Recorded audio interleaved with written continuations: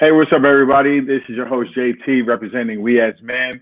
I have the great Jessica Eaton. Eaton, right? Am I saying it Yes, right? you got it right. Yep, that's Okay, it. good. And so let me preface this by saying to everyone that's going to watch this, I decided to make these series of videos when listening to Black women. And the reason why I'm doing it is probably more so for my mental health than anybody else's. I want to understand how Black women think. And for those of you who will watch this later on YouTube or who'll jump on live, I want you to understand that this is a moment for me as a Black man to just hear a Black woman share her heart and thoughts. As somebody who was raised by my grandmother, had a mother who was on drugs, raised by my auntie, wife, two girls, and just seeing so much anger and frustration on TikTok, I want to create a space just to show an example of a Black man listening instead of dictating or going off about what he doesn't like or do like. And so this whole conversation will be me just listening. And once again, this is being sponsored by my podcast, James Taylor Jr. Was me, the host, James Taylor Jr., sponsored by We As Men. I think you need to learn to get that right. And so, Jessica, if you can just take the time to give a few minute introduction about yourself, and then we'll jump into the questions from there. Yeah, absolutely. Well, my name is Jessica Eaton, and I live in sunny Florida. I know not everybody can say that, but I'm very grateful to be able to have sunshine year round. No doubt. I live with my husband. We actually just had our 7-year wedding anniversary last week. So we've married 7 years, and we have two beautiful kids, Joy and Asher. Joy's 5, Asher's 1. My husband and I actually we pastor a church here in Jacksonville, Florida, and it's we launched here. We planted the church from scratch, and after moving into the city, and so it's just been amazing. It's been incredible, and this is just the just living the dream. Okay. So let me. I'm going to stick to my notes because I want to honor our time together as far as this. Here's my first question to you. How did you begin your platform? Yeah, so I have a platform on TikTok. Really started there and really built there with now 150,000 followers, but supporters. But I started my platform just to bring awareness. I lived in Sanford, Florida when Trayvon Martin was shot and killed. And I lived about 10 minutes away from where it happened. And just being in that environment during that time, not just, watching it on the news, but being in the city, and then having Black children really, pushed me to the point where I want my children to not be another Trayvon Martin or Tamir Rice. And so I knew as a mother, I had to do what I felt I needed to do for my kids, which was to try to do my part to make this world better. So that's how I started it. Okay. My other question to you that I think is also just important is when you talk about that, that's how you started it, but why? Like, what was the main reason for you saying, what, this is, and specifically, why did you choose this type of content? Because this is a hard path to go down. Yeah, totally. Especially being a pastor, pastoring a church with my husband, there's a lot of misconceptions, especially in church, where, race is not something we're supposed to talk about because, that's not how God created it. He created all one race and the human race, and we're not supposed to talk about this or address these issues. But the reality is that, us as the church and us as people, as long as we keep turning a blind eye to it, it's going to keep happening. And so unless we're willing to have empathy and look at other people beyond ourselves and not continue to turn a blind eye and just act like this doesn't exist, we just don't have the luxury to do that. And to me, anyway, if we are believers, then our job is to care for the people that are being oppressed and that are being taken advantage of. And for me, a lot of that was becoming older, reading books, and realizing that I wasn't taught my complete history. I wasn't taught about the history of Black people in America. A little bit here and there. I thought it was very weird that I knew more about Confederate soldiers than I did about civil rights leaders. And so Wow. that was really my why. And I felt like if I don't know this stuff, if I didn't know, in Jacksonville, Florida, about Axe Handle Saturday, how many more people don't know? I live in Jacksonville, and I just found out about Axe Handle Saturday a couple years ago. And we're talking about so Axe Handle Saturday was black and white. So Black kids were tired of being segregated at their lunches.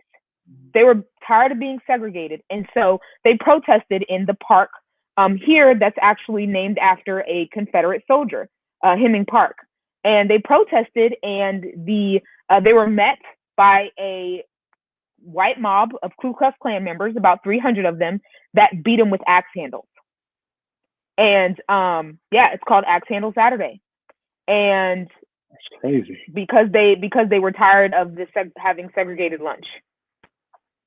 And that still exists today. So Axe Handle Saturday wasn't recent. We're talking, 1950s, 1960s, but that's something that happened in Jacksonville that not many people know about, that happened in Jacksonville. And so I'll give you I know it happened. Let me see. Sorry, not to do this real quick. But I want to give you the exact date of Axe Handle Saturday. So Axe Handle Saturday happened, August 27th of 1960. Oh wow! In Jacksonville, Florida. Yeah, and so and this is in a city that we live in. How many more Axe Handle Saturdays are there? You have the Ocoee Massacre that happened in Florida. You have we know about the Tulsa riots. Not even really riots. Where they dropped bombs on Tulsa. There's so many other cities and towns that this stuff happened to that were not that long ago. I mean, we're talking in Jacksonville in 1960. That really wasn't that long ago, Yeah, that's really not long ago. So my question is this: here's a two-part. It's a question, but a two-part. What's been your biggest struggle sharing this platform, and what has been your biggest struggle as a Black woman? But I want you to start one more intimate. Let's start with what has been your biggest struggle as a Black woman. So I think for me personally, as a Black woman, my biggest struggle is having to deal with the really misogynoir, where I'm not taken seriously. Like, I'm not taken seriously because I'm a woman. And then on top of being a Black woman, I really have to watch what I say because I get tone policed a lot. And so the minute that my can you unpack that? Because sometimes people don't understand what tone police means. Absolutely, what does that absolutely. So tone policing means that pretty much instead of people really responding to the issue that you're bringing, or the comment that you say, or that you're saying, or the whatever you're talking about, they'll attack how you're presenting it. And so if I'm talking about Black women in childbirth, for instance, and I'm just a little too, well, can you calm down? Like, can you say that a little differently? I just feel like we're not addressing the issue. You're more so wanting to address how I'm presenting the issue. So it's like more control of your emotions than it is dealing with the content. Okay. Right. Okay. And two, you got to think, tone policing is subjective. You know what I'm saying? So to you, I may be talking normal, but to someone else, I'm being loud and I'm being angry, and so, you know what I'm saying? And so that's probably the biggest thing, is that, I'm not taken seriously, because I'm a woman, maybe I'm not smart enough. People ask me all the time, well, where did you go to school? And I know what that question is. The question is asking me, am I qualified enough to be speaking on something? And that I see right through it. You know what I mean? And like I said, tone policing. I have to watch what I say. If anybody is watching and they go to my platforms, they'll see that my voice, I normally try to be, as much as I can, very even keeled, because I know if I'm not, at the first sound of my voice even raising just a little bit, people will throw whatever I'm saying out of the window and attack how I'm saying it. Yeah, and I think that's interesting, because one of the things that I'm learning is, and I'm just, again, the platform for me is just to ask questions and learn. So as a Black man, what are some of the things that keeps that tone and keeps that frustration there? Like, what are the things that we do to keep, when a sister is speaking, feel marginalized or not respected in the conversation? Yeah, I think, a lot of times with Black men, whether it be intentionally or unintentionally, it's like, yes, the thing about our Blackness is that it connects us to the point where, yes, we have to act a certain way, right? We have to not dress a certain way because we'll be attacked. We have to, make sure we're saying the right things, make sure we don't look too suspicious. Like I think that's just kind of how it feels across the board, if we're being honest, in some cases with Black people. However, with Black men, a lot of times, I think that from what I see, just like on social media, is they're still attached to the patriarchy. You know what I'm saying? And so there is still, whether some want to admit it or not, a dominance there, where they feel like, well, I know more than you because I'm still a man and you're a woman. Right. Whether they want to admit it, or whether they see it or not. Sometimes we can kind of, we're higher because we're male. I'll admit it. I've done it before. Yeah, I've done it before, and it's something that I think we all need to learn as men. And so you would say the patriarchy is a bigger thing. Now, what is the biggest struggle for you with your platform? I follow you a lot. I watch a lot of stuff you say on there, and I'll be like, and I'm a man, and I'll be like, I don't know if I can say that one. I don't know if I would do that. And if you see my stuff, I'm safe space. Let's just be real. Right. I might come at you every now and again, but I'm safe space. And so, what has been your biggest struggle being on TikTok, having 150,000 followers and steadily growing? They try to slow your algorithms down, and then all of a sudden they're starting to come back again. So what does that look like? Yeah. For me, it's really balanced. If I'm being honest, right, we're all human. And sometimes, I get a response to a video or a comment and I have to walk it off. Before I even respond on video, I'm like, you know what? This thing is making me like 38 hot, and I just got to take away. You know what I'm saying? And make sure that they're not pulling me out of character. You know what I'm saying? Because for me, it's like, I always joke with my husband. I'm like, look, I ain't been saved but like 12 years. Sometimes I just be jumping back out. You know what I'm saying? I got to reel it back in. But that's probably the biggest thing to me, is finding balance, and I can't tell you how many times I've recorded a video and, deleted it and re-recorded it, because I'm like, okay, I'm attacking this person's character and I don't know this person personally, and I don't want to attack them. You know what I'm saying? Like, they may be ignorant in what they're saying, but, ignorance is just not having information. That's all it is. It's just not having information. And so I have to, try to remind myself that, even as a person that has been in church spaces, for instance, you know what I mean? Like, there was things about me that I was just naive and ignorant about, that I just didn't know, and that things that I just lacked information about, And so the biggest thing for me is finding the balance where I can deliver information, and if I'm stern, I'm stern, you know what I'm saying? But if I'm confident in what I'm saying, I can deliver this information without attacking you personally. And so that's just how I feel. I don't have to, call anybody names or anything like that. If I'm confident in this area, which I know, things like people want to argue whether systemic racism is real or not. Well, or whether it still exists, or whether it still has an effect on our nation. It's like, well, we can see those things. You don't have to agree with it, but the reality is that it's there. You know what I'm saying? Definitely. And so, it's just, like I said, just finding that balance. How do I get my information across without, wanting to cut somebody out? I know that's right. I think I love about your platform is that here's the thing that I want, and I'm gonna ask this in the form of a question because I said I'm gonna stick to questions.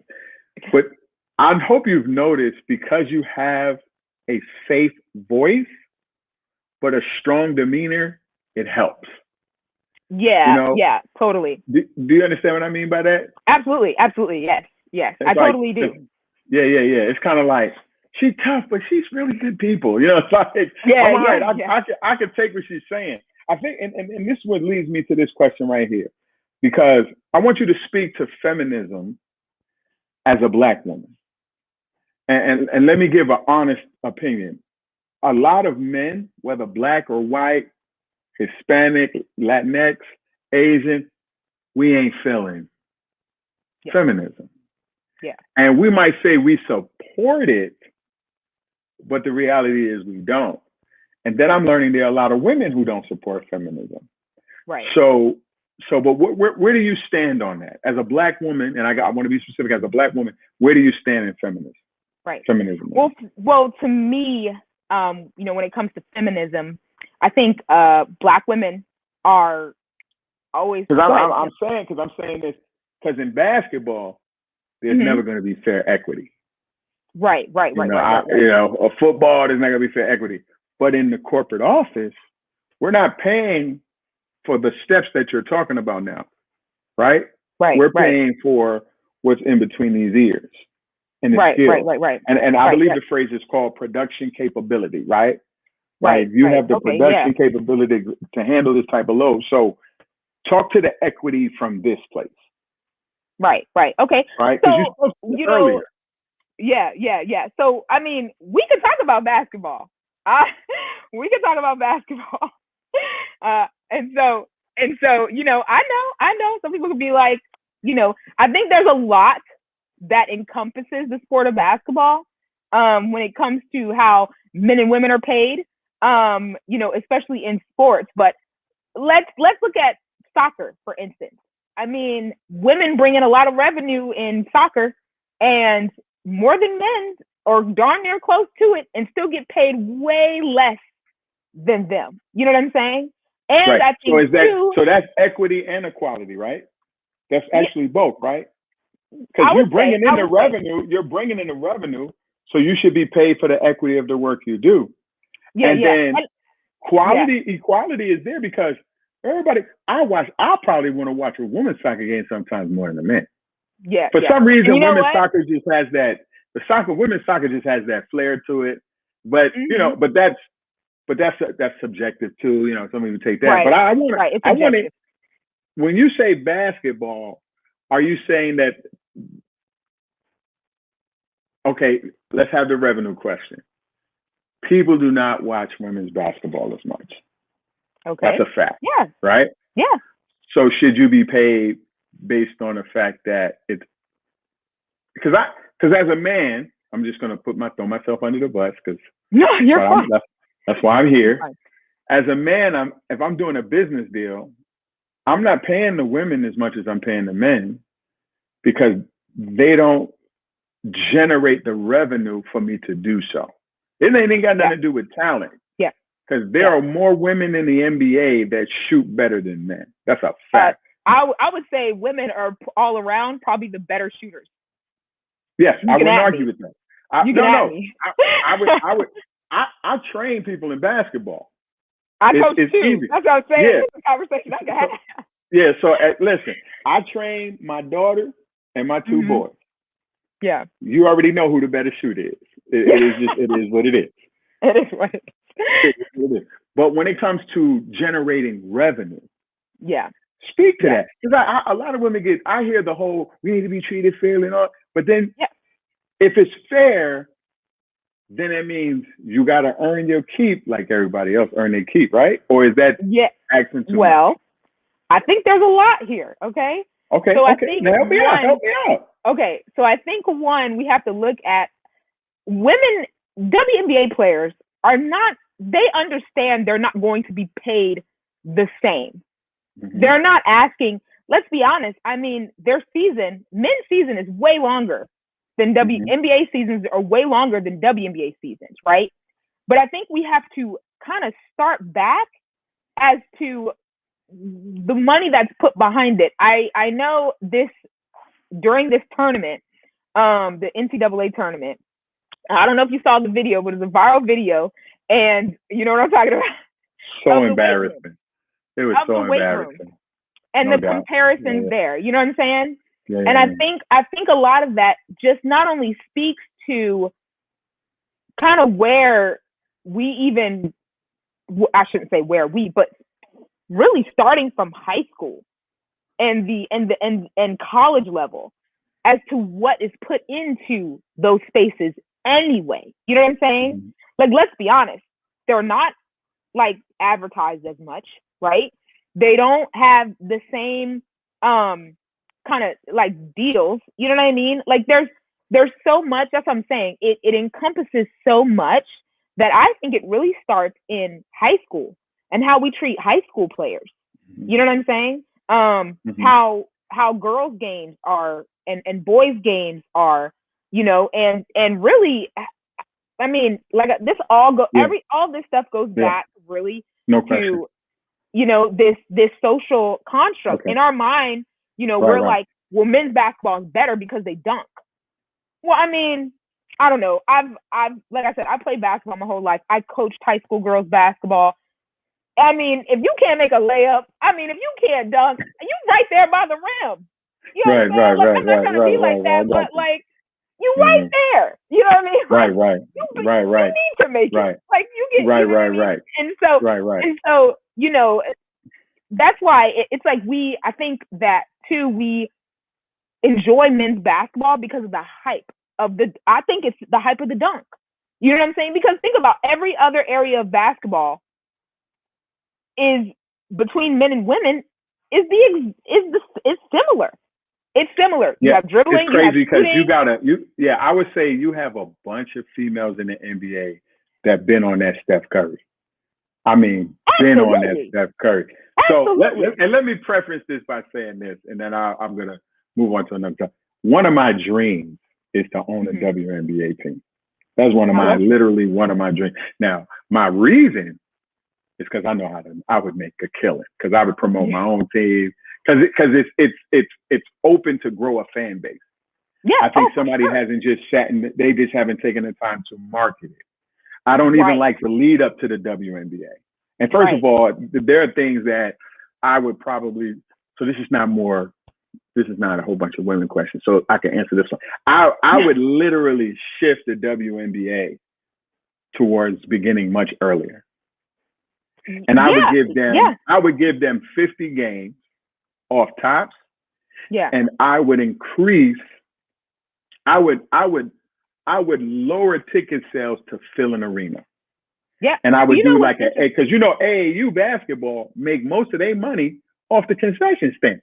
They don't make their money off the ticket sales like that. Nope. So, and I think that's the bad problem is that, man, I could say, I literally wrote my wife would tell you, I wrote a whole plan on how I would market the WNBA, and I wouldn't lose.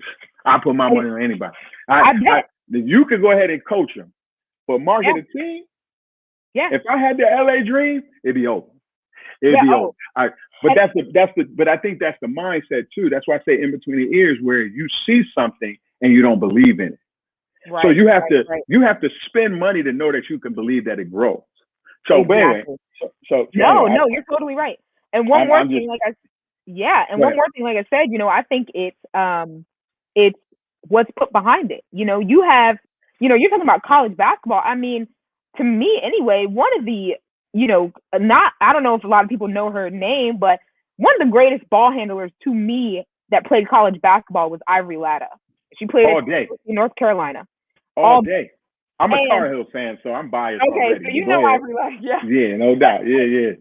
Ivory Latta can literally run circles around majority of NBA point guards, without a doubt.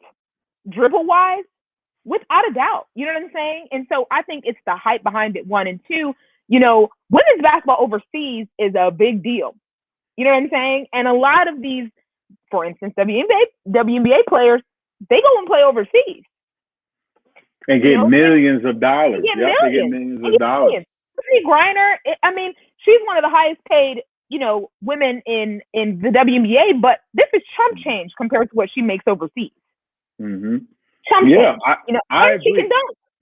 Yeah, I agree. I think the biggest issue to me, like I said, I'm not going to give any statements on anything else, but for this part, I'm passionate about it. I literally believe that there should be 50 games. It should be marketing at least. If you really want to build something, it needs 6 months worth of work. Yeah. I think the WNBA needs to be marketed 6 months before the season starts. Like literally, whenever you put a burger out, the first thing you do is you got pop-ups everywhere. There's a big lead up to the first initial, and the NBA, the WNBA has not done that. You know, and I think that's something that But anyway, I'm big on that. Like I'm passionate. No, you're right. Yeah. So here's the other question. We got from excitement to now I'm about to make it a little bit more, not sad, but maybe a little bit more challenging. What breaks your heart right now? As a Black woman, what breaks your heart? What breaks my heart as a Black woman is the disparity of Black women in childbirth. That is the biggest thing for me, because it is something, here's the thing about where people are giving birth in comparison to, I don't like to compare, but, when people are giving birth, you can't use the excuse that they were resisting. You can't use the excuse that they did something in their past. You can't use the excuse that they were carrying a gun. I thought their cell phone was a gun. You can't use those excuses. Black women and babies are dying in childbirth at 3 to 4 times the rate. And in our country, as a developed nation, we're already, if you just take childbirth with everyone, the disparity is huge. The gap is. Why is that? Why is that? I don't understand. I still haven't. People say they give you the number of the deaths, but they don't give you the reasoning. Why are so many babies dying at birth? So there is, with Black people, there is a racist ideology that Black people don't feel pain as much. And so during slavery, and when gynecology was being discovered, they would perform procedures on Black women, and tell themselves that Black people didn't feel pain as much as white people, so we could do things on them without anesthesia. And so this ideology carried on. I mean, you're talking, these eugenics really just carried on throughout things, even like the Tuskegee syphilis experiment, really, where they were, where they had, with the syphilis and the Black men, 600 Black men who, some had syphilis, some didn't, but they didn't tell the ones that had syphilis that they did. And they were watching to see how syphilis, pretty much, did them really throughout their lifetime. And so they were testing on them for 40 years and, watching the effects of syphilis as it went on, and didn't even tell them that they were doing it. You know what I mean? And so this goes to Henrietta Lacks. I mean, where her cells were, taken for research and just without consent. Right. You know what I mean? But if I was to say right now today, that is still happening, right? Yeah. So if a Black woman is going to the hospital to see a doctor, she is essentially not getting the same care as a white woman. Yes. Okay. And Majority of so, yeah. Uh, and, I mean, yeah. okay. And so when they not getting the care, there is not attention to detail concerning their baby, concerning their womb, concerning their health, right? Is that what you're saying? Yes. I'll give you an even better example. It Okay. almost happened to me. I Oh, was wow. my I was lightheaded at home. I was laying down. I was 37 weeks pregnant with my son. And Mm-hmm. it was weird because I was laying down in bed while I was lightheaded. And so I told my husband, I said, listen, I'm just a little lightheaded. I kind of wasn't feeling well the day before. Mm-hmm. But he was like, you just want to go and get checked out? I'm like, yeah. Now I'm 37 weeks, mind you. So we go into the hospital. They're running tests and everything. And the doctor on call just happens to be a Black woman, right? I had never seen her before. She wasn't even at the office that I went to. She was from another office, and she just came in to be the OB that day. And so we Okay. go in, and they're running all these tests and stuff. Well, she comes in and she says, I think for her, our son was not getting oxygen. She didn't like his heart rate to the point where she was like, we need to do an emergency C-section now. And so it was like, she handed me the papers, I signed them, and nurses and doctors came rushing in. Now, statistically, if she had been a white doctor, would she have just been like, the baby's probably fine, his heart's beating, just let him go home? Statistically, I was in better care with her in the room. I mean, this research that has been done. You know what I'm saying? So we go That's into crazy. surgery, right? We go into surgery. They start the C-section. When I mean from the time she walked in that room to tell me we were having the surgery, I was in the operating room in 10 minutes. It was that fast where she was like, we need to get him out now. And so we get in the OR. They're doing the C-section. I can't breathe. I feel like there is literally something sitting on my chest. I look at the anesthesiologist and I'm like, I can't breathe. I can't breathe. And he looks at me and he's like, your vitals are fine. That's literally what he says to me. Your vitals are fine. And I said, well, I'm having a hard time. Like, I'm literally almost gasping for air. I can't breathe. And I look at my husband and I tell him, don't let me die on this table. Because I already knew in my mind, I'm like, he doesn't believe me. He's not taking me seriously. He thinks I'm just being dramatic. He's not taking me seriously. And I just look at my husband. I'm like, please don't let me die here. He says something to the anesthesiologist. The doctor says something to the anesthesiologist, and he does something. But whatever he did helped me. And I started to breathe again. And so could people just be like, you had a great doctor. You had an awesome doctor. It didn't matter. Sure, yeah, I believe I did have an awesome doctor. But statistically, I was in the best care, me and my son, because she was in the room. She was a Black woman in the room. In the room. Wow. Now, a white doctor delivered my daughter, and everything was great. Everything was fine. Everything was, she was a fantastic doctor. But in this scenario with this doctor, I mean, according to studies and research, I was in the best care with her in the room. Yeah, that's reality. For sure. I think that's a great statement that breaks your heart. So let me ask you this question, because I think this is also one that's just as powerful. What would you like to see more from our Black men? And I ask this question, I'm going to ask everybody, because especially if you're on TikTok is crucifying us right now. The majority of the TikTok on my For You page about Black men is just terrible. It's like, I don't get offended because I know whose I am and I know who I am. Right, but if I didn't have my faith in God, I'd be like, man, we just the worst person in the world. And but I want to ask the question. I think it's a solid question. What would you like to see more from our Black men? Yeah. So I have different experiences with Black men. So I am married to a Black man. My husband's Black. My son is Black, obviously, and I have to I have to tell myself when I see those videos or I hear those things that this obviously doesn't include all Black men. because like my husband isn't anywhere near that way. You know what I'm saying? Yes. But you know, he got more degrees than a thermometer. Yeah. Yeah. As a black folks say in the hood, he's an educated man.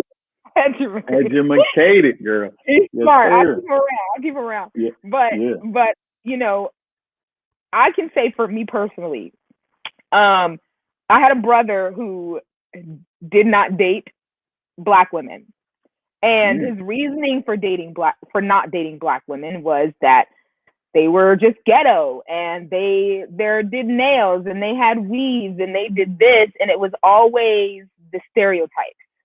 You know what I mean? And to be honest with you, my husband was the first black man I ever dated. Oh wow! Because my experience was they're not gonna like me anyway. My brother doesn't like black women. Wow. One of my brothers didn't like black women, and you know, I had uncles that only dated white women, and so I kind of felt like, why put my time there when they're not gonna like me anyway? Wow. It's crazy how our families affect our perception of each other, even in our own race. It's like, because your reference point is your brother and your uncle. Yeah. If you don't mind me asking, where was dad in all this? So my dad was a single father, and he didn't date at all. And my dad actually got sick and had to go into a nursing home when I was 15. And so there wasn't a lot of that. But the one time that my dad did go on a date, he took my twin sister, and I'm a twin. He took my twin sister and I, and it was with a black woman. And so, but I didn't really see my dad with anyone. And so, and my mom is black. My dad's first wife was black. And so that was the only thing I had, you know, and it's like, I see my dad, you know what I mean? He's saying, you know, he's telling us we're beautiful. He's telling us all that stuff. But, you know, I also see the black men in my family that are like, now I'm not dating black women because they're ghetto. And you're like, so you're writing off every black woman, you know what I mean? Wow, that's crazy.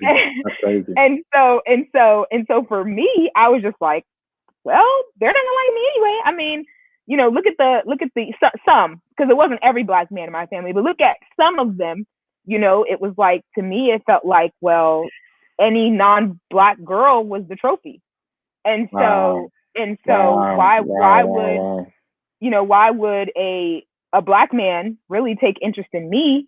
You know, when I see that they don't even like me. And two, you know, when I was in school, you know, I'm darker skinned.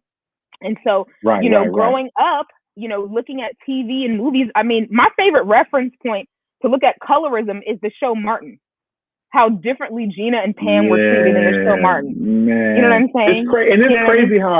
It's crazy how that was never even their intentions. No. But it had a high impact on a lot of dark-skinned girls. Right. That's just yeah. That is a huge. That's big. That's big. So speak to this, because I'm gonna put this two-part, because I love the positivity in this question I'm about to ask. How did your husband shoot his shot? How about that? Yeah. Well, how did you get the brother out of all of this? How did he shoot his shot? He changed your life. He said, "Hold up, girl." So how did that work? Yeah. Well, if I'm being honest, I was the one that shot the shot first. Because because not anything. You know, my husband is the kindest, sweetest, most gentle person, and you know, it's funny. He'll tell you that he did first. Because he asked what my favorite restaurant was. So you're fibbing on the man right now. So you're fibbing. You're trying to take all the credit. That's terrible. He asked me, he was trying to make conversation. He's like, so where do you like to eat? Where do you like to go? And I thought we were just having conversation. And I was like, he's like, do you like Chili's? I'm like, yeah, I like Chili's. He goes, oh yeah. And so it kind of ended up that. And so, but he he's so respectful that he was just like, I'll ask her where she went. If she picks it up, then she picks it up. If she doesn't, she doesn't. I'm not gonna push anything onto her. And so that's kind of how it was. But for me, he was just, for me, his demeanor, his kindness, his patience, his respectfulness. I mean, it was unmatched. And I had never seen not just a Black man, but really any man that was like that. You know what I mean? That wasn't, pushy, that was respectful, that opened doors. I mean, my husband still won't let me touch a door, you know? And so it's just kind of just how just he is. And I was just like, there's no way that I can let this man get away. There's absolutely no way. In my mind, I'm like, there's nothing better. Like, this is the best. Got it. You know? Got it. So after the hint, you was like, listen, are you asking me out? That's what happened? So we would actually hang out all the time, and we got to the point where he was like, listen, we were hanging out all the time, and he was like, look, I like you. He pretty much said to me, listen, if we start dating, because he had only had one other girlfriend before me, and he was like, listen, if we start dating, I'm gonna let you know this is it for me. Like, we're getting married. Like, and that's that. Oh, I like him. Okay, all right. That's what I'm talking about. So he really set this off. You trying to take the credit, but he didn't want. Okay, I gotta give him his props. That's what I'm talking about. Don't do that. Don't do that. He almost left my man out there like he ain't put the work in now. Come on, man. He did. He put the work in. All right, good. But he was like, listen, if we're doing this, I'm gonna court you, and this is it for me. Like, this is it. We're gonna get married, and that's what we did. And we got engaged a few months later, and that was that. That's awesome. So the last 10 minutes, I didn't say it in the beginning. I should have said it in the beginning.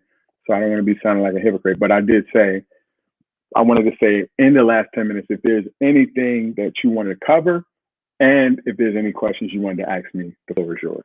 So if you don't have any questions for me, that's fine. And if you have, just want to, cover something that you're passionate about, go for it. Yeah. So, I mean, like I said, the thing that I'm really passionate about is, Black women and their experience in childbirth. And I just think not enough people know that it's happening. And, I think that a lot of racism and a lot of racism is not just, the KKK in a hood. It's just being misinformed. And, I don't believe that the majority of racism may even be intentional. You know what I mean? But it doesn't make it any less being racism. You know what I mean? And so, when you have Black women, for instance, that are disproportionately, dying in childbirth, I think it's something that we need to bring awareness to and address, and ask why these things are happening, and, see that our, doctors and nurses, and that they're able to, be mindful of Black women and listen to their concerns and not brush them off as just being dramatic. The reality is that, there was a study done. I can't remember the exact study where it asked like how many these doctors that were in school thought that Black women didn't feel pain, and over almost half of them thought that Black people did not feel pain the same. That's crazy. And so about a third, almost half, but felt like that Black people just didn't feel pain as much. And the racial bias in pain management and healthcare.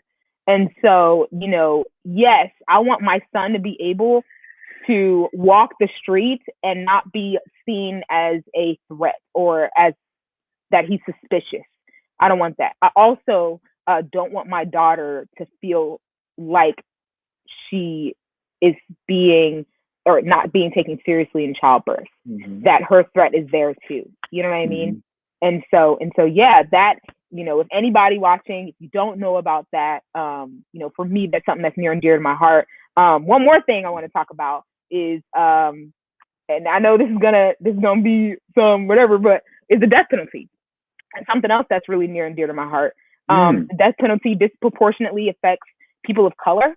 One, but two, the death penalty, 4% of people on death row or that have been put to death are innocent. And so, if you are a person, that is for death penalty, I used to be, until I started researching more. And, for me being a believer, where it talks about, having the innocent life in scripture and talking about the innocence of life, I have to believe that the innocent life is also the people dying unjustly and, dying at the hands of the government for crimes that they did not commit. And so being on death row for crimes that they didn't commit. So I would also encourage everybody to look into that. And yeah, that's pretty much it. I don't have any questions for you. Good. I'm glad you ain't got none. I'm good. I think one of the things that I love about this conversation, it's my first one that I'm having, is it's important to me to hear the heart of a Black woman. And, people who are close to you, like your wife and sister, I'm saving them for last because, they can talk about a whole bunch of other stuff and family, and then we joking and playing and then getting serious. Oh, wait a minute. So, and I fall into the category. My wife's from Philly. I'm from New York, family Caribbean, so the loudness is a part of our generation. It's the culture. So it is what it is. It's the culture stuff. But I think I love this conversation because I believe that if a Black man can just take the time to just practice what I'm doing, like, okay, let me hear what you're saying. Let me understand. And I hope I did a good job, except for the sports thing. I probably, no hard feelings. So for me, these are platforms that are big. I would love to have you on the one where I have you and my sister-in-law, who's actually a OBGYN. She's Black. Oh, yeah. Yeah, I would love to have that conversation with you and her, to be on that discussion there. Both of y'all believers, and she's straight no chaser. So I'm gonna send you a link to her because she's safe and stuff now. And I think this is important because there is a need for Black women to be heard. And I will be the first to say I don't like the presentation. For example, and I will say this: I saw a young white gay man on TikTok. I think you know who I'm talking about. Maybe. He was talking about how Black men are like white women and misogyny and intersectionality and all this other kind of stuff. And he was going back and forth with this young light-skinned Black girl and, T Blizzy and, you know how that all goes. And I was like, yeah, I don't think like that at all. And it was weird for me because it was like, you're speaking about us in a totality and right. As a whole. And I'm like, man, I be thinking about paying bills, taking care of my kids, hoping people marry good and go to college. Yeah. I'm not even thinking about right the misogynistic side of everything. And I think what's interesting is there is this guard up on both of our sides, just flat out. Like everybody's like, you ain't gonna talk to me. I'm a Black man, and But then there's people like, yeah, I got them. Let them be divided, and we can keep doing what we want to do to them, right? And so my prayer is to change that. And so I really appreciate your time today. I hope it was beneficial to you. It is necessary for a man, especially a Black man, to hear the voices of Black women. And so I'm on this journey of doing a bunch of interviews. I'm going to do 8 episodes. I'm not going to do more than 8. I don't think I can handle more than 8. You got to draw a line somewhere. Yeah, I got to draw a line somewhere. And I think what was good is I did, one of my brothers who know me, he was like, you punked out. Because he went to your TikTok. He said, oh, you went safety first. You went somebody that I said, I sure did. I picked somebody that I know wasn't going to beat me over the head, made me feel less than. I said, that's how I'm going to do it. I'm going to get me a loving kindness first. Yeah. And then Queen Shabazz on the next one. Then back to loving kindness. I'm going to get 4 and 4. I'm not going to just. I know that's right. I mean, it's not a knock on them. It's just like, man, I Yeah. mean, Yeah. even you know, I say this with all humility. It's like I was like, yo, I would definitely want to interview T Blizzy, and every black man in my family was like, no, no, no. And I was like, no, you Yeah. got to hear the side of it, even if you don't agree with it, you Right. Right. know. Right. Right. Right. Right. Yeah. Yeah. Yeah. And the interesting about it is it's a lot of young voices. Yeah. Yeah. They're Yeah. not even over 30. You know, some of Right. them not Right. even Right. over 25. So, you know, Right. Right. Right. and it's very sarcastic and tear down Right. culture and Yeah. all that. And I'm like, y'all babies ain't Yeah. even really Yeah. paying no Yeah. taxes yet, right? So and then Right. and so if Right. I Right. say something like that, then I'm getting labeled, and it's like, oh, you got Right. Right. misogyny. No, you're just Right. young, Right. you know. So, Right. Right. but Right. I think it's important to take into account that for me, for instance, I obviously talk a lot about racism. And I have, a lot of white people that feel like I am pointing the gun and aiming it right at them. But I think it's important to remember that it's not a personal attack right, on you as an individual. You know what I mean? It's addressing the system that right. addressing whether it be racism or patriarchy that some people just happen to be a part of. I always like to say this. I have being a black woman, right, in America, for instance. I have to understand that I also have privileges. You know what I mean? I'm an able-bodied person. You know what I mean? I'm sorry. What did you say? I have I privileges. I I ain't never heard that one. That's Well, here's the thing. It's like I may be, yes, a black woman in America, but I also have privileges. I'm an able-bodied person. You know what I'm saying? mm-hmm. I like to use this example. I know we're running out of time, but what really hit me one day was I like using the big stall in the bathroom. Mm-hmm. And then one day when I was in the big stall, there was someone waiting to use the handicap stall. And they were handicapped. They needed that bathroom. And I used it and didn't think twice about it because I don't have to think twice about it. Wow. You know what I'm saying? You know what I'm saying? Wow. And that says a lot, yeah.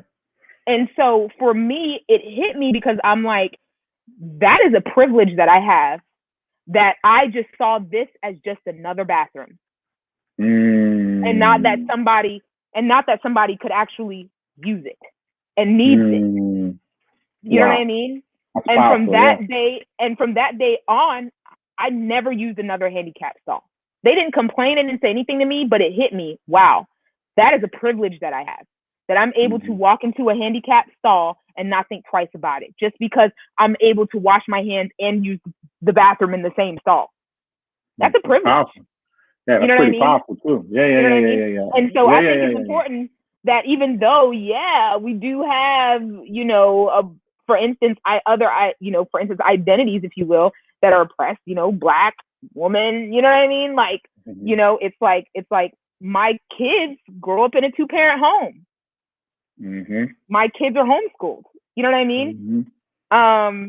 It's like, that is a privilege. Not many people get to do that.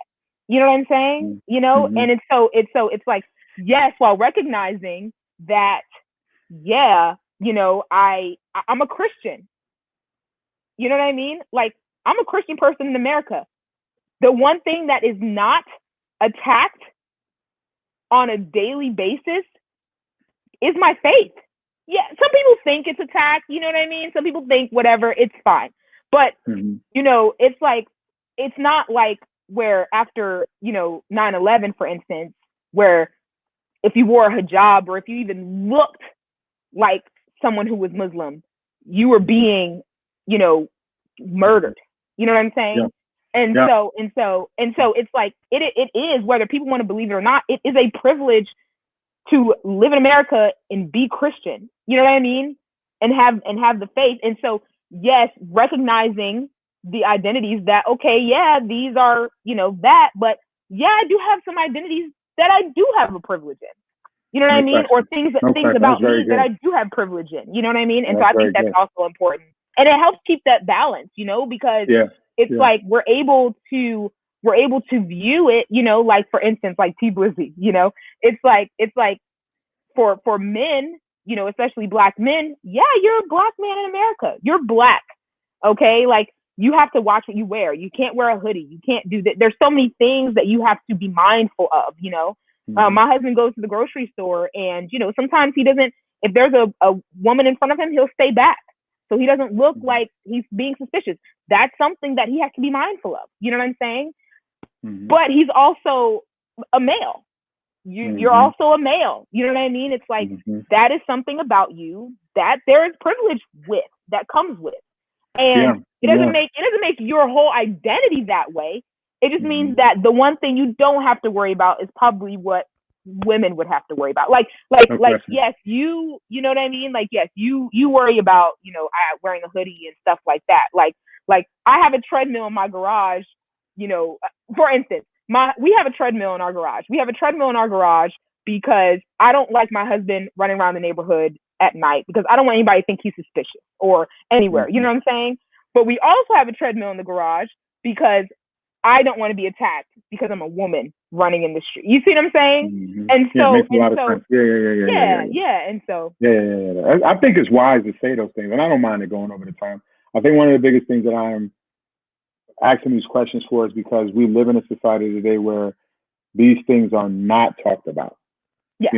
I was 270. Thank God. I'm 260. I'm 259 and 0.3. I'm taking that. So when I ran through the neighborhood, there was it was literally a black lady running on the opposite side. We were both running into each other. I just went to the other side. Instinctively, because I just didn't want that problem, even though she was a black woman. And I think those are the type of things that we have to have the conversation about. We have to. And I think one of the biggest things is that there is a lot of anger without acceptance. So we're all venting on each other, but we're not trying to accept each other and say, okay, this is where you are, this is where I am, and let's grow. You know what I'm saying? And I like the phrase that you said about people feel they pointing a gun at them. The only reason why they feel that way is because their heart has put them in the line of sight. Yeah, totally. Whenever somebody points, you think somebody's pointing, it's because your heart feels a way about what that person said and you're questioning it. And what I'm finding is like, even with this conversation, most men will be angry, but won't take the time to just listen. Because there's another young man on TikTok, light-skinned brother. I know you know what I'm talking about. He just be going in. Probably. I forgot his name. And then there's another black dude with the puffs on his head. He just be cussing him out. You know what I'm talking about. That guy. Yeah, I know what you're talking about. Yeah. And I'm listening to them and I'm thinking, I'm not like that at all. Right. And what's interesting is listening to a bunch of guys who've never really made that type of money. Talk about guys like me who do. I think people who make six figures or people who got sent, we don't be thinking about this woman that did. But that's because they're single. That's because they're in that, that phase. They're in that. And it's just so many paradigms that I think we need to cover as black men. And so I appreciate you with this conversation. I am honored to have you on here. Thank you. I think Jessica, it is probably, did I say it right, Jessica, right? I'm right there on the screen, duh. But I think that's important because there needs to be conversations where you're heard, totally, and not debated. I don't want to debate you. I'm the same way. Yeah, I could change the NBA. I could change the WNBA. I'm just saying that we argue that all day. I could change that. Right. But when it comes to the heart of an African American woman, the view of what they see in society, I just want to learn. And so my homegirl Sasha, I don't know if you can see the comments. I'm gonna interview her. She's one of my tough friends, and she's a day two person. Yeah. She go ahead. Awesome. I love it. And so it'll be great to have that, because I think what I'll do is, if you're open to it, I think that last week, I'll probably just have the week 9. I'll just have all the ladies on. That's and fine. I'll just pray that I survive. I was like, you sure? Yeah. I'll pray that I survive, because y'all gonna be going in, and I'm gonna be sitting there like, you dogging us, but I'm right here. I'm right here. So But I think it's important to have that conversation. So again, I want to say thank you for joining the James Taylor Jr. podcast. And the purpose is always to tell people to remember to love, pray, serve, and share. Ms. Eaton, thank you again for being on the show. I appreciate you. Thank you. All right, all right. So if anybody wants to be a part of what we're doing next time or want to get more information, I'll be posting the days of the show so that you can watch them. Where you can meet people like Jessica and meet Sasha and all these powerful women of God and just people who have a different perspective that will talk about the most powerful things. And again, remember, love, pray, serve,